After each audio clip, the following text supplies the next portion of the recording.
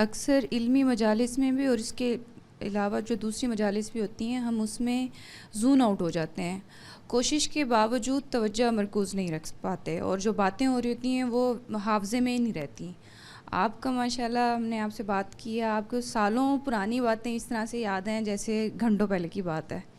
اس میں ایک پریکٹس بھی ریکمینڈ کی جاتی ہے کہ جو بولنے والا ہے اس کے الفاظ ریپیٹ کیے جائیں برین میں، بٹ مجھے یہ لگتا ہے کہ ایک تو پہلے اس کو پریکٹس میں لے کر آنا بہت مشکل ہے، اور یہ اتنا ہی کارآمد بھی نہیں ہوتا۔ تو سر اس حوالے سے اگر کوئی نصیحت کر دیں ہمیں یا کوئی مشق بتا دیں تو عنایت ہوگی، شکریہ۔ یہ مشق تو ذرا پیدائش کے تھوڑی دیر بعد شروع کر لینی چاہیے۔ اگر آخری زمانے میں کی جائے تو بہت کامیابی نہیں ہوتی۔ یعنی شروع ہی سے بچوں کی ایسی تربیت کرنی چاہیے کہ وہ دماغ میں رطب و یابس نہ بھریں۔ یعنی دماغ کو اگر آپ چند چیزوں پر مرتکز کیے رکھیں تو بالعموم آپ کا حافظہ بھی بہتر رہتا ہے اور چیزیں بھی لمبے عرصے تک آپ کو یاد رہتی ہیں۔ مثال کے طور پر اب ہمارا ابتدائی رجحان ہی علوم کی طرف تھا۔ اس زمانے میں یہ کتاب وہ کتاب، اس کو بھی پڑھ لیتے ہیں، یہ بھی کر لیتے ہیں۔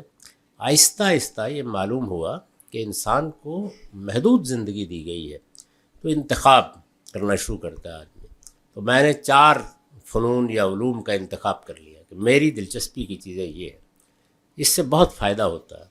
تو ہم اپنے آپ کو ایک لمبے عرصے تک منتشر رکھتے ہیں، وہ انتشار آہستہ آہستہ شخصیت کا حصہ بن جاتا ہے، وہ حافظے پر بھی اثر انداز ہوتا ہے اور فکر پر بھی اثر انداز ہوتا ہے۔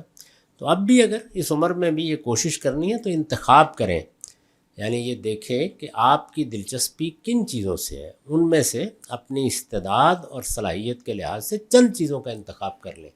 باقی چیزیں اگر بیان ہو رہی ہیں، بتائی جا رہی ہیں، کوئی حرج کی بات نہیں، ایک ہاتھ کان کے نیچے رکھیں اور سو جائیں، یہی بہتر ہے، اس سے فائدہ ہوگا آپ کو۔ ہر چیز سننی ہے، ہر چیز جاننی ہے، یہ ممکن نہیں ہوتا۔ تو انتخاب کا طریقہ اختیار کر لیجئے، آپ کا حافظہ بھی بہتر ہوگا اور آپ کا فکر بھی بہتر ہوگا۔